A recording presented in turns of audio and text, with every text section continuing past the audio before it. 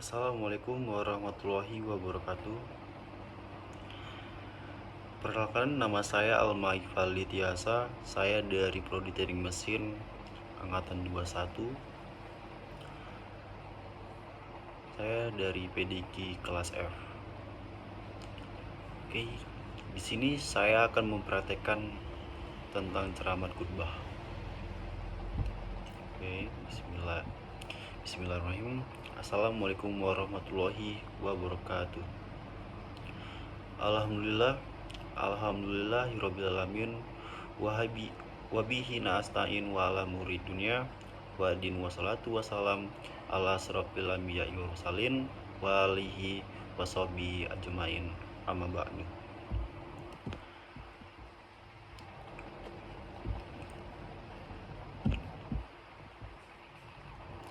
Segala puji kita panjatkan kehadirat Allah Subhanahu wa taala atas segala nikmatnya yang telah diberikan kepada kita semua. Nikmat sehat, nikmat taufik, hidayah inayah, dan nikmat yang paling besar adalah nikmat iman dan si Islam. Salawat serta salam tak lupa kita sanjungkan kehadiran Nabi besar Muhammad SAW.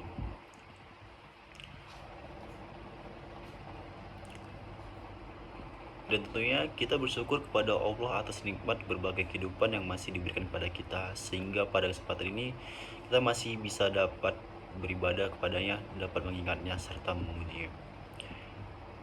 Pujian hanya layak dimiliki oleh Allah.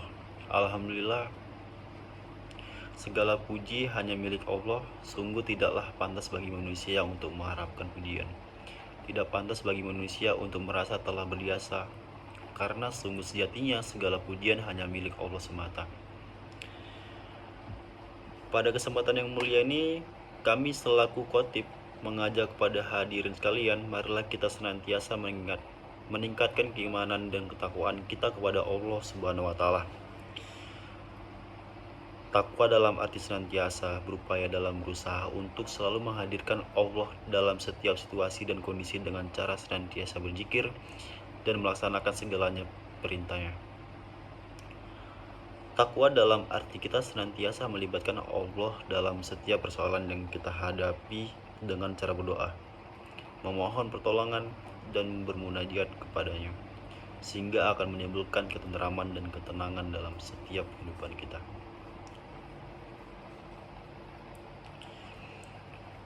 Dan tentunya salawat serta salam semoga selalu tercurah tak henti-hentinya kepada Nabi Muhammad SAW beserta keluarganya dan para sahabatnya.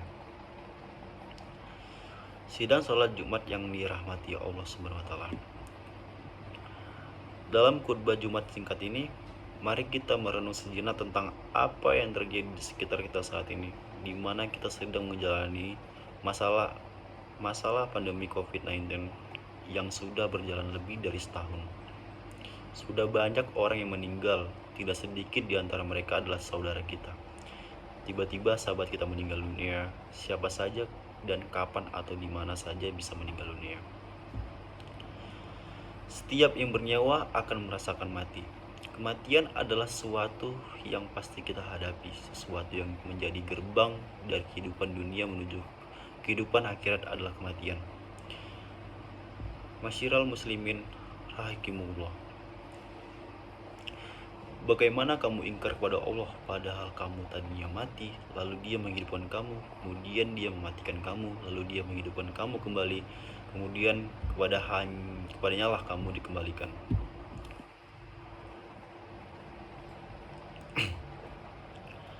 Dalam tafsir Ibnu Katsir dijelaskan bahwa ayat ini menjelaskan akan kekuasaan Allah dan sungguh aneh orang yang ingkar kepada Allah sementara manusia awalnya tiada, lalu Allah menjadikannya ada di muka bumi ini. Ayat ini juga menunjukkan bahwa kita semua pasti mati dan kita semua pasti akan dibangkitkan kembali setelah kematian itu.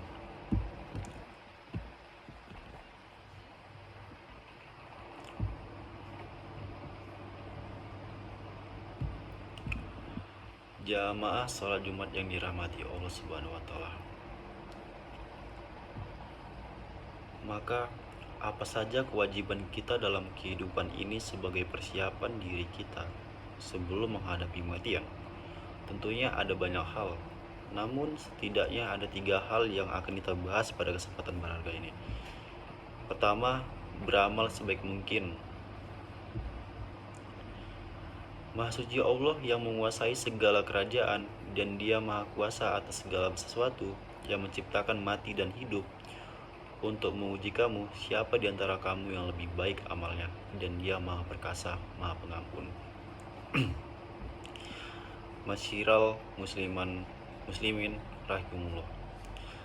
Seperti apakah amalan yang terbaik itu? Salah satu indikatornya adalah kerjaan itu dilakukan dengan istiqomah. Dalam hadis riwayat Abu Hurairah, Rasulullah SAW, beramal sebaik mungkin juga berarti bahwa pekerjaan itu kita lakukan dengan seikhlas mungkin, semaksimal mungkin, dan dengan sesempurna mungkin, baik dalam interaksi kita kepada Allah maupun kepada sesama manusia. Dalam tiap amal kita patrikan dalam diri kita bahwa bisa jadi itu adalah amal terakhir kita. Masyiral muslimin rahimahullah. Yang kedua, menyiapkan amal yang terus mengalir pahalanya. Di antara yang dapat kita persiapkan adalah dengan memperbanyak amal jariah, ilmu yang bermanfaat, serta mendidik anak kita menjadi anak yang soleh yang dapat mendoakan kita kelak. Sebagaimana hadis Rasulullah SAW.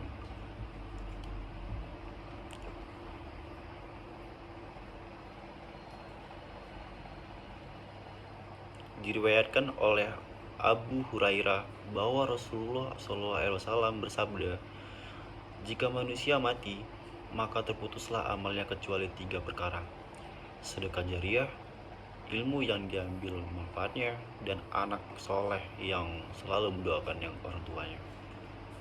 Hadis riwayat Muslim.